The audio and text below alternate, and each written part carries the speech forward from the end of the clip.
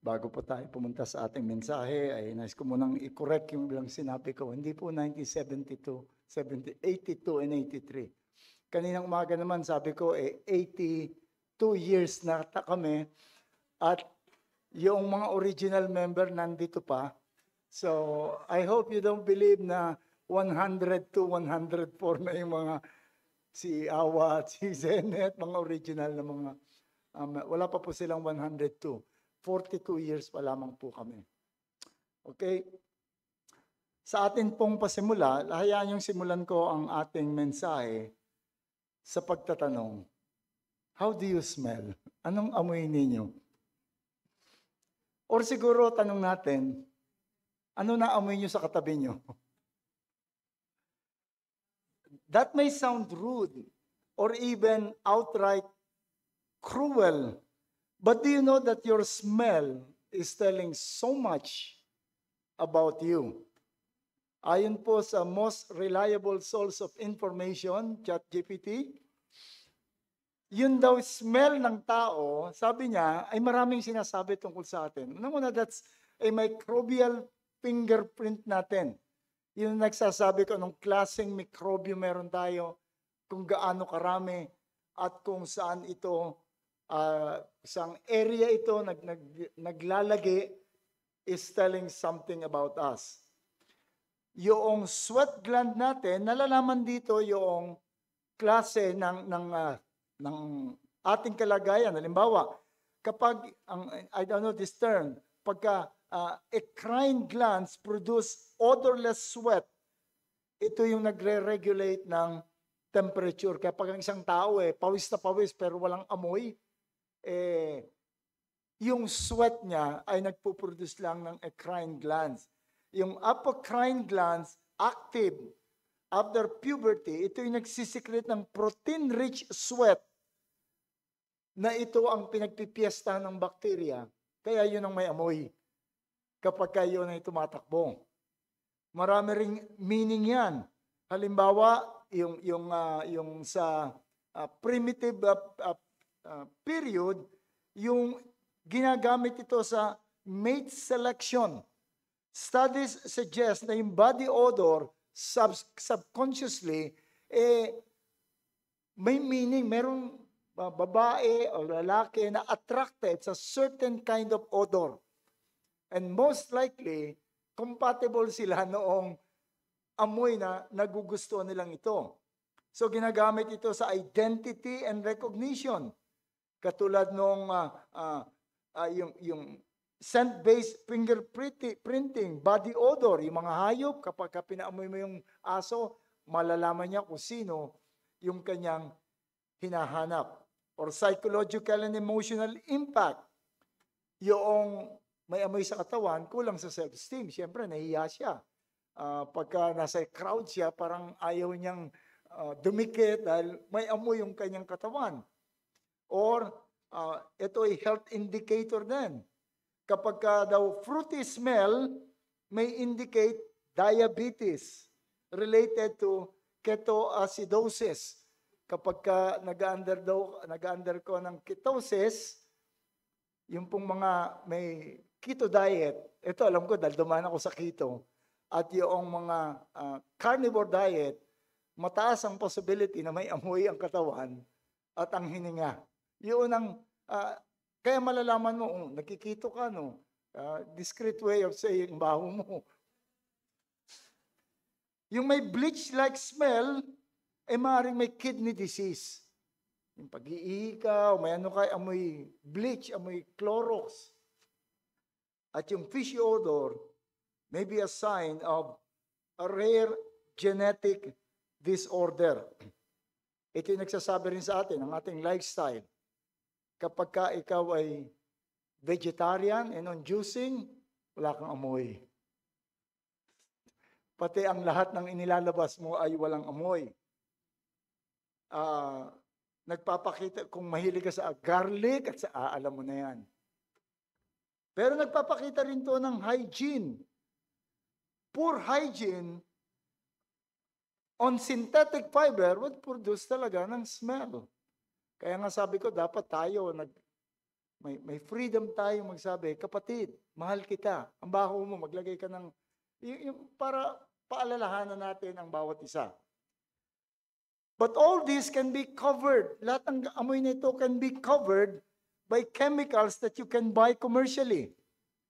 But in our text, Paul will be talking about an aroma that we should all be seriously concerned about. An aroma that cannot be faked. An aroma that cannot be covered. An aroma that all Christians must possess. And all ministers of the gospel must diffuse. Ano po yung aromang ito? Ito po yung aroma na binabanggit ni Apostol Pablo dito sa 2 Corinthians chapter 2. In 2 Corinthians chapter 2, beginning verse 19, he said, "When I came to Troas to preach the gospel of Christ, even though a door was opened for me in the Lord, my spirit was not at rest because I did not find my brother Titus there. So I took a leave of them and went to Macedonia. But thanks be to God, who in Christ always leads us to triumphal possession, and through us spreads the fragrance of the knowledge of Him everywhere, for we are the aroma of Christ to God among those who are being saved and among those who are perishing. To the one a fragrance from death to death, and to the other a fragrance from life to life. Who is sufficient for these things?" Manalangin po tayo at itong atin pong talakayan. O salamat po aming Panginoon sa aming kalayaan na mag-aral ng iyong salita. And yet, Lord, we know that unless you liberate also our mind and our soul from any distraction, there is no profit that we can expect from the reading and the study of your word. And so we pray to you, Lord, grant us everything that we need, that we might benefit from your word. Open our mind, grant us clarity of mind. Open our hearts that we might accept the truth. And may you also give power and strength to your servant whom you would use today to deliver your message. In Christ's name, Amen. Ito pong letter na ito was largely about Paul's attempt to refute the accusation that had been made against him. Maraming accusation sila kay Paul. Fake yan na apostles. Nangopya lang yan sa mga tao. Now in this portion that we have read, he begins by giving thanks to God, whom in spite of all their affliction and in spite of their trials, always cause his servants in triumph. In Christ, Paul says much that is descriptive of the quality. Itong sinasabi niya talaga, ipinakikita niya bilang pagtatanggol. Gusto niyang sabihin, ganito ang quality ng isang tunay na gospel ministry. Lalo sa ating panahon, ang daming mga iglesia, ang daming mga grupo, ang daming mga nangangaral, at ang daming nagkalat na nagsasabi na sila ay sugo ng Panginoon. And in this, Paul was telling us, ano ba talaga ang amoy ng isang tunay na ministro ng Panginoon? Ano ang amoy ng isang iglesia na totoo sa ating Panginoon? Unang-una, ang pinakita po niya rito sa isang pamamaraan that we can imagine is that at the center of the Christian ministry is Christ. Paul has given an imagery. Ang sabi sa atin dito, sabi niya, Christ leads us in a triumphal procession, and through us spread the fragrance of the knowledge of Him everywhere. So ito po yung isang bagay na kabisado ng mga hearer niya. In itong mga Corinthians, kabisado nila yung image na pinapakita ni Paul and that is of a Roman procession. A Roman general at the head of the procession. Ang Roma ay sumasakop sa maraming mga bayan. Sila po yung top empire at kontrolado nila ang maraming mga bayan. But then, may mga bayan na nagre-rebelde sa Roma, lumalaban, tumatangging magpasakop. At hindi lamang nanggugulo dito sa mamamayan ng Roma. At ang trabaho ng Roma is to send a general with his troop, with his army, to fight against that city, to fight against these rebels. And once itong general na to would be triumphant, na i-liberate niya yung city, yung kanilang oppression dun sa mga tao sa city yon, yung kanilang mga ginagawang nakasama dun sa Roman government, ay maigapi, matanggal nila. What the Romans do, pagkatapos silang manalo, lahat ng mga bihag, mostly soldiers and yung mga soldiers and officials of the land, would be led in a procession. Nakatali sila, lalakad sila, nandun sila sa procession pabalik doon sa main headquarter doon sa Rome. Nandun din sa procession na yon yung mga liberated citizen of that city. Yung mga liberated citizen at yung mga kamag-anak nila, and the city itself would be rejoicing. Now, yung nagre-rejoice na mga captive, nagre-rejoice na mga liberated na mga citizen, ang common practice nila noon, nagsasabog sila ng fragrant flowers. Naglalagay sila ng incense. And all the aroma, all the smell of these flowers and incense will permeate the land and would be to the delight of the people that are lined on the streets. And even those who are just peeking through their windows, and even those who want to just ignore, they would smell the aroma. They would smell the aroma. The smell of the incense and flower will permeate the city. But in that procession also, nakita natin yung pagkakaiba-iba nila. Iba ang kanilang reaction. Kung yung flower na yon, yung amoy na yon, period of rejoicing doon sa mga liberated citizen at doon sa mga mamamayan na nakikinig, doon sa mga captives, that smell is the smell of death. Because they knew for certainty that at the end of the procession, they will all be slaughtered. So habang nagre-rejoice yung iba, ang ganda, ang smell, ang ayos niyan, let us rejoice. Alam ng mga tao na captives that every step that they smell, and as they walk, the smell would even get stronger and stronger because more people will participate, more incense will be burned, more flowers will be scattered, and the essence would get stronger and stronger. And that signals they're nearing death, that their death is getting nearer and nearer. So then the odor was an odor of death to them, for they know that there they will be slaughtered at the end of the procession. Christopher Wordsworth summarized the imagery and says, it was a signal of death to those who had rebelled against the victor, who would not submit to him, would not surrender to him, and who were then slaughtered at the end of the triumph. It was a signal of life to others, and in those whom he had delivered by his victory, and who welcomed the victor, who welcomed the conquering general with joy. So Paul borrowed this picture of procession. Paul used this image to describe the Christian ministry. He said in verse 14 again, but thanks be to God who in Christ always lead us in triumphal procession, and through us spreads the fragrance of the knowledge of Him everywhere. The Christian ministry is a triumphant march.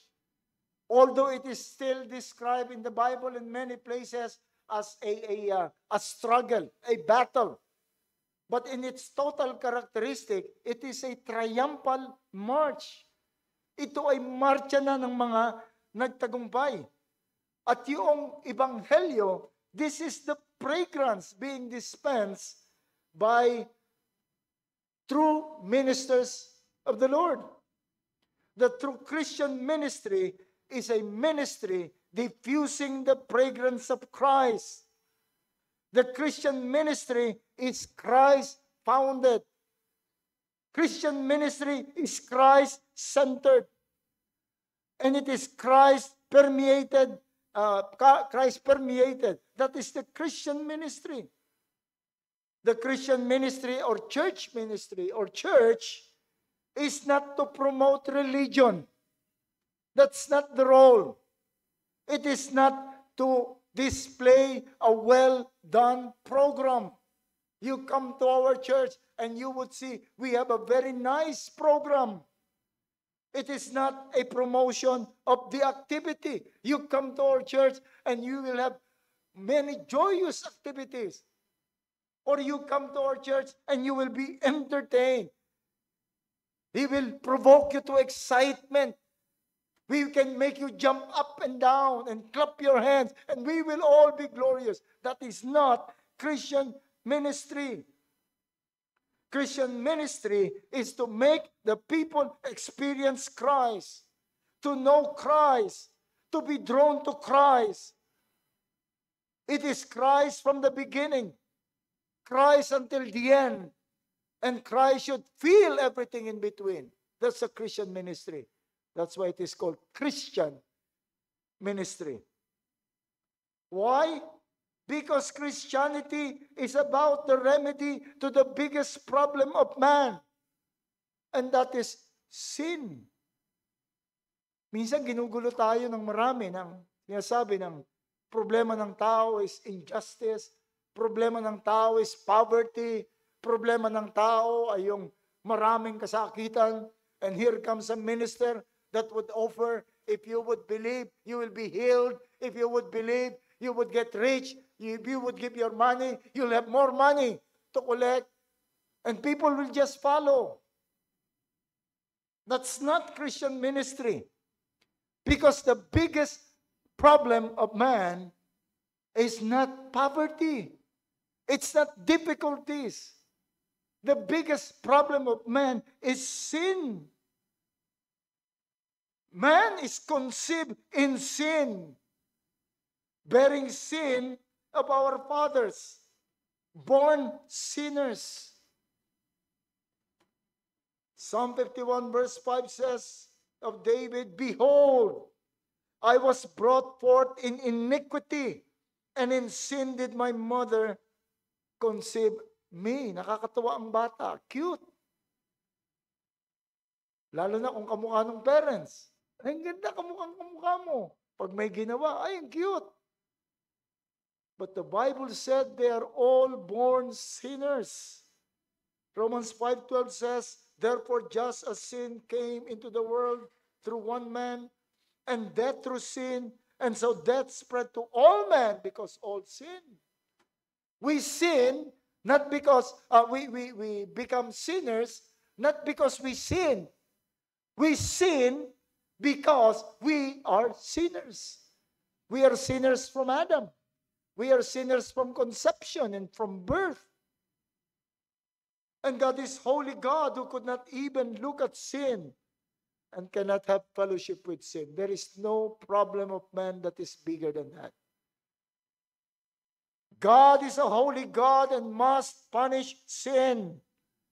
In no way He will let sin go unpunished. Otherwise, He will have to surrender His being just God. The problem of man is a dirty record in heaven, according to one preacher. We have a dirty record in heaven because all our sins are being recorded in heaven. All our thoughts, all our words, everything we do, everything we desire, they're all recorded in heaven. But that is not only our problem. It's not only a, a dirty record, a bad record, but also a bad heart. We will continue to sin. We will continue to ignore God. We will continue to pursue what we want, regardless of what God wants. We will continue to be anomia, that is, without regard for the law. That's a problem of man.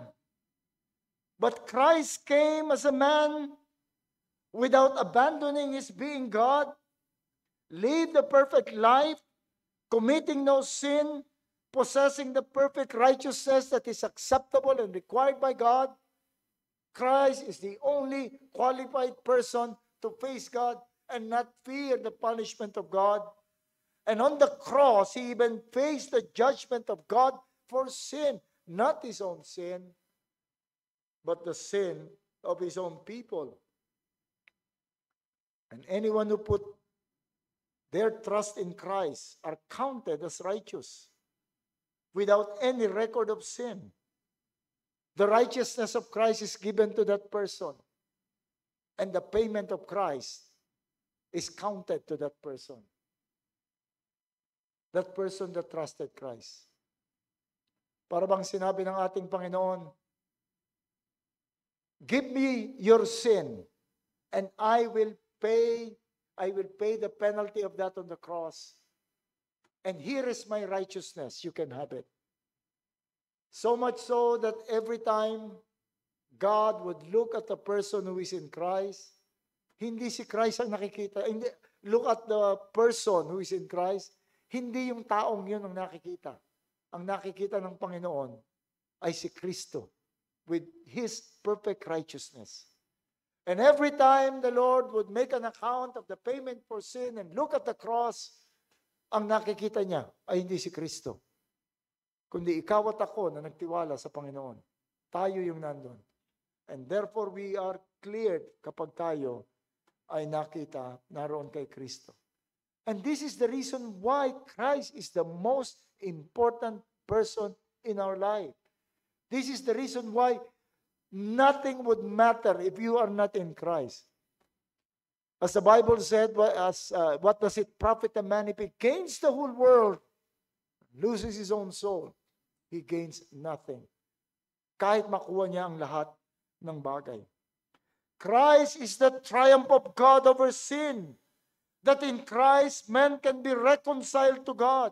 So every time Christ is preached, note, every time Christ is preached, Paul said, for we are to God the fragrance of Christ.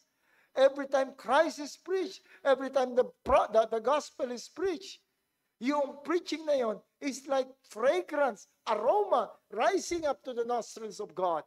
And God is pleased. For we are to God the fragrance of Christ. If you are a preacher of the gospel, you are to God the fragrance of Christ. You bring the fragrance to God. And that's the fragrance of Christ. If your church is a Christ-centered church, gospel-centered church, that church is bringing aroma to the nostrils of God. As flowers and incense permeate the city with the fragrance of victory, preaching and administering Christ is an aroma that reaches heaven onto the nostrils of God. Not said of anything. Wala pang sinabi na ganitong nakapagbibigay ng ganyang ligaya o ng satisfaction sa ating Panginoon.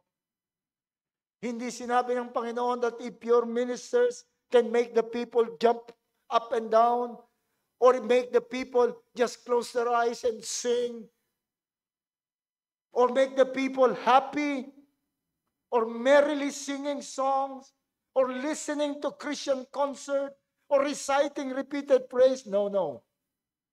It's only when Christ is preached that the aroma of Christ is brought to the nostrils of God. Without the gospel of Christ, any religion, any religious activity can just be a stench, not an aroma, a stench that is abominable to God. No ritual, no program can produce the aroma that pleases God, but only Christ. And no program, and no goodness, and nothing material can cover the stench of the neglect of Christ in the preaching. Listen to the prophet Isaiah, Isaiah 1, 11 to 15, talking to to people who are very religious and faithful to all the rituals. He said in verse 11, "What to me is the multitude of your sacrifices, says the Lord. I have had enough of burnt offerings of rams and fat of well-fed beasts. I do not delight in the blood of bulls or of lambs or of goats. When you come before me, who was required of you this trampling of my courts? Bring no more vain offering. Incense is an abomination to me. New moon and Sabbath and the calling of convocation, I cannot endure. And so I cannot endure iniquity and solemn assembly. Your new moons and your appointed feasts, my soul hates. They have become a burden to me. I am weary of bearing them. When you spread your hands, I will hide my eyes from you. Even though you make many prayers, I will not listen." Why? Your hands are full of blood. You are not yet washed in Christ. Your hands are full of blood. Christ was born as a man, but did not remain to be a man. He grew up to be a man, faced death on the cross, but did not remain on the cross, nor in the tomb, but rose from the dead. But the triumphant Christ who conquered sin and death is now sitting on the right hand of God. It's not the Santo Niño. It's not the Santo Crucifijo. It's not the Santo Entierro, but the risen Christ who is right now sitting on the right hand of power.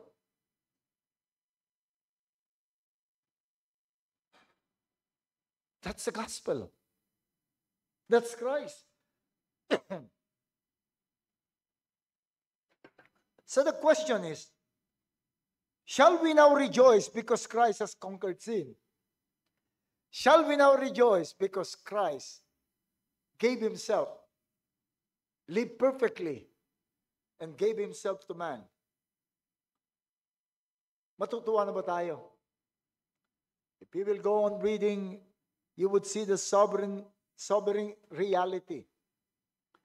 Every time Christ is preached, the aroma reached God, pero hindi siya diretso pumupunta sa Diyos, yung aroma. It would stick to two kinds of people.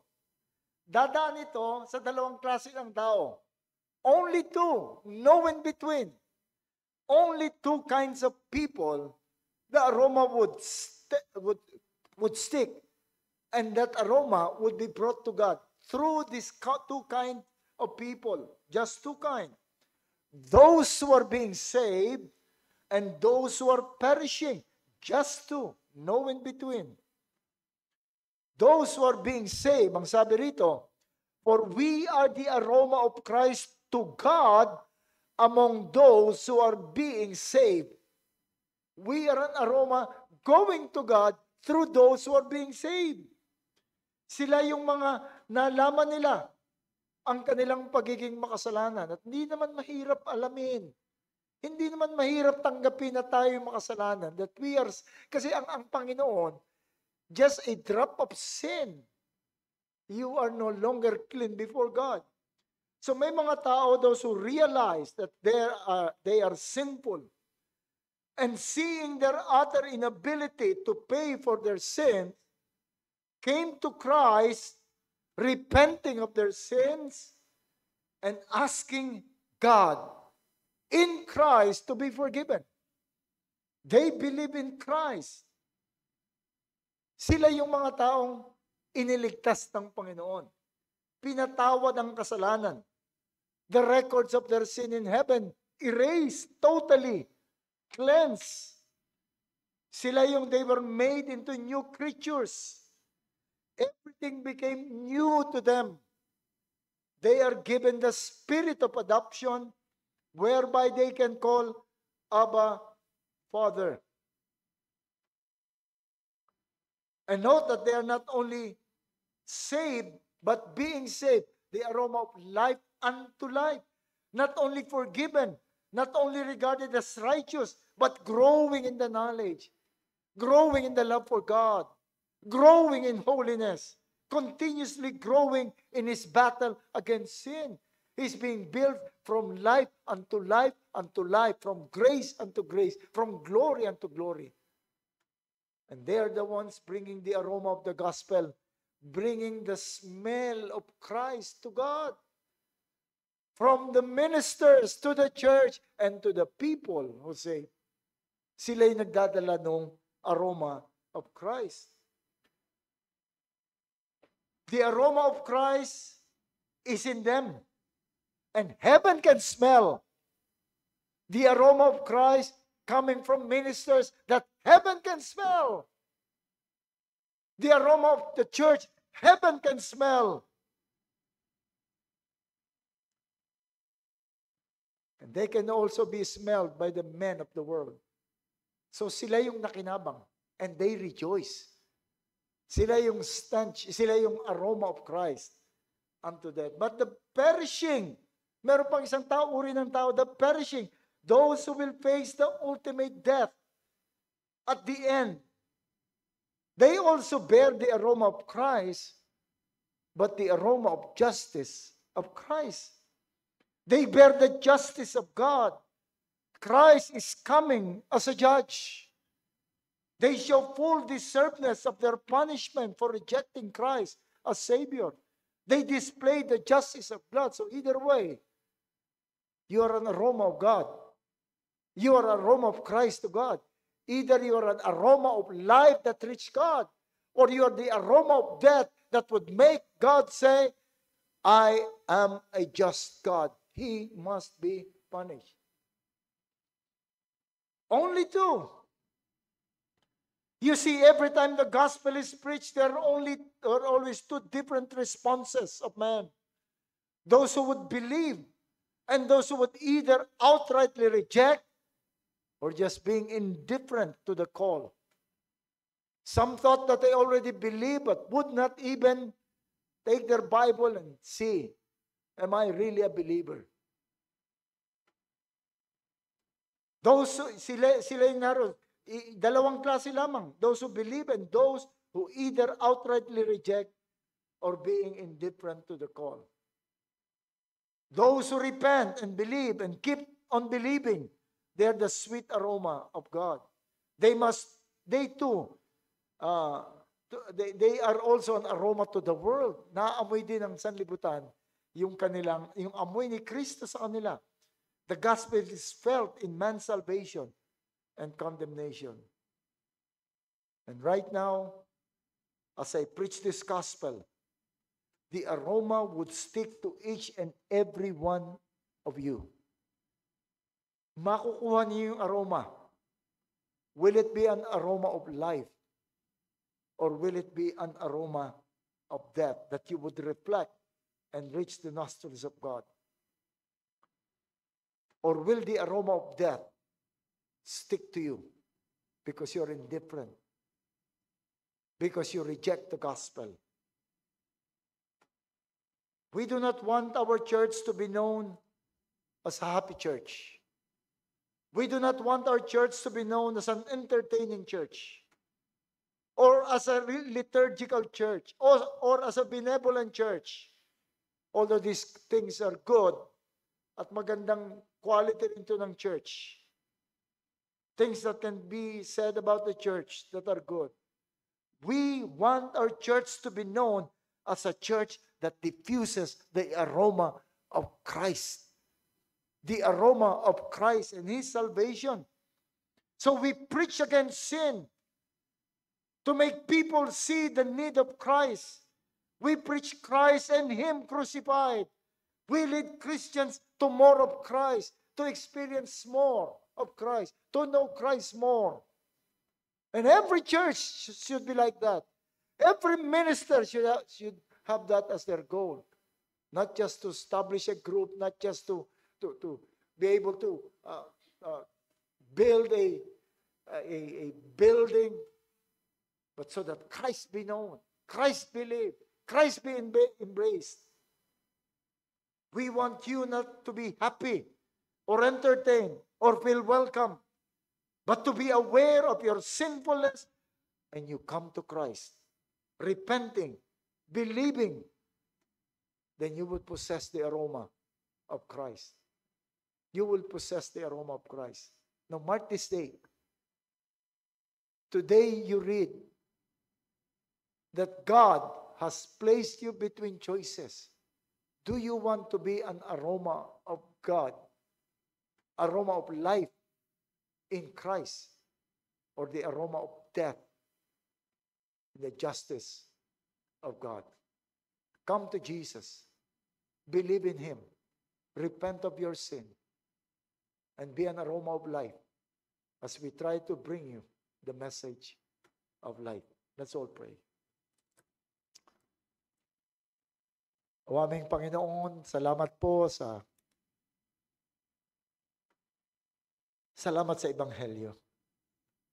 Salamat na hindi mo kami iniwanan sa aming sariling kaisipan, sa aming sariling judgment. But you have revealed to us your word. Lord, we pray that you would search the hearts and mind of everyone who are here today and see if anyone do not love you yet.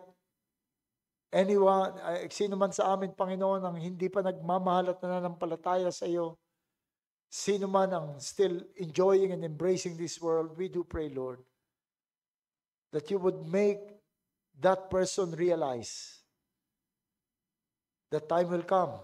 He will have to face you, to stand before you. Lord, we pray that you would again demonstrate the power of the gospel and save those who are still living in their sin. May you bless your word, O God. Amen.